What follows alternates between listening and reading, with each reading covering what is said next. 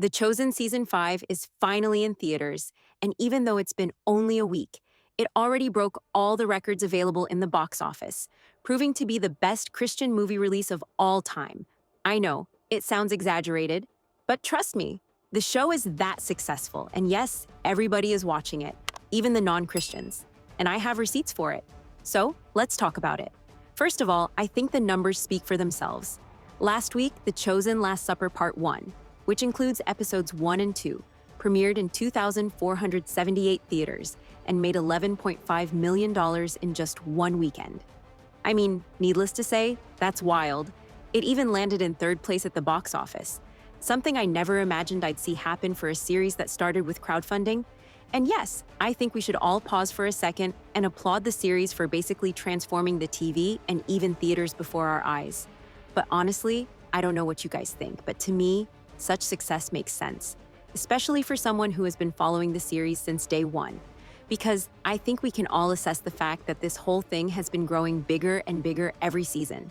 Like, do you remember when they first started putting episodes in theaters? It all began with Season 3. And at the time, Season 3's first 2 episodes pulled in $8.8 million. Then Season 4's premiere, which included 3 episodes all at once, made nearly $15 million worldwide. So it only makes sense that Season 5 is as successful, if not more.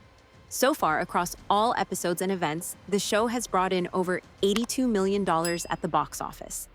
I mean, how often do you see something faith-based reaching those kinds of numbers?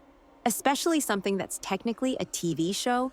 Leave me a dollar emoji below if you also think that The Chosen is achieving something special here, and we are all witnessing history. Now let's talk about why this season in particular feels so big. Because I think not only the numbers, but also the media coverage prove that there is something unique about Season 5 that the previous seasons did not necessarily have. As many of you know, in Season 5, the story dives right into Holy Week, which is basically the final days of Jesus' life. And if you know what that means, then you already know the emotional weight this season carries. Here's the gist of it, though. We're basically walking through Judas's betrayal, Jesus' arrest, and all the doubt and confusion that starts to ripple through the people closest to him. And yes, it is a tough one to endure. In a recent interview, Dallas Jenkins said that this season is really about asking, as he himself asked, "Can you trust? Can you have faith? Can you follow, even when you don't understand?" I mean, clearly, he's not just talking about the disciples, he's talking about real life. And when you look it through this perspective, it only makes sense why so many people are drawn to this season, even the non-Christian people. Dallas also said, "There are times when I don't understand what's happening, what's going on with my kids, or even the future of the show. We're constantly reinventing the wheel and asking God for favor and for advice." So yes, even the creator of the series is struggling to comprehend the emotional complexity and weight of the season. Thus, do not be too harsh on yourself if you feel the theaters with too much feelings to understand. We are all in the same boat here, and honestly, to me, that's the beauty of this season. It mirrors the kind of confusion and questioning that I deal with in my own life. I see myself in those moments with the disciples more than ever before, and I love it already. Even though this season is so heavy and intense, though, Dallas says that he still made time to celebrate what's been accomplished. He said, "It's easy to be so focused on the work that I don't get a moment to enjoy the impact or the growth," he wrote during the press tour. But every now and then we have an opportunity to celebrate, and Season 5 is something to celebrate. And I completely agree with him. They achieved something big, and they have the right to enjoy every single second of it. They worked enough, now it is time to celebrate. And if you've already tuned in for any of Season 5, then you know very well that this one goes deep. So, it might be a good idea to take a break from it every now and then and focus on the perks of achieving such a season. I mean, look how Jonathan Rumi himself defines this season. Steamroller, bulldozer, intensity, a melee of emotions and conflicts. According to him, as the season progresses, the tension between Jesus and the authorities is peaking, but so is the confusion and frustration within the disciples.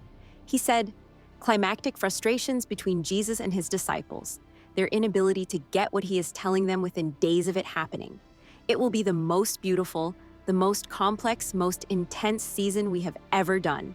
I mean, feel free to disagree with me in the comments, but even only 4 episodes pout now, I think you can already see the heartbreak building.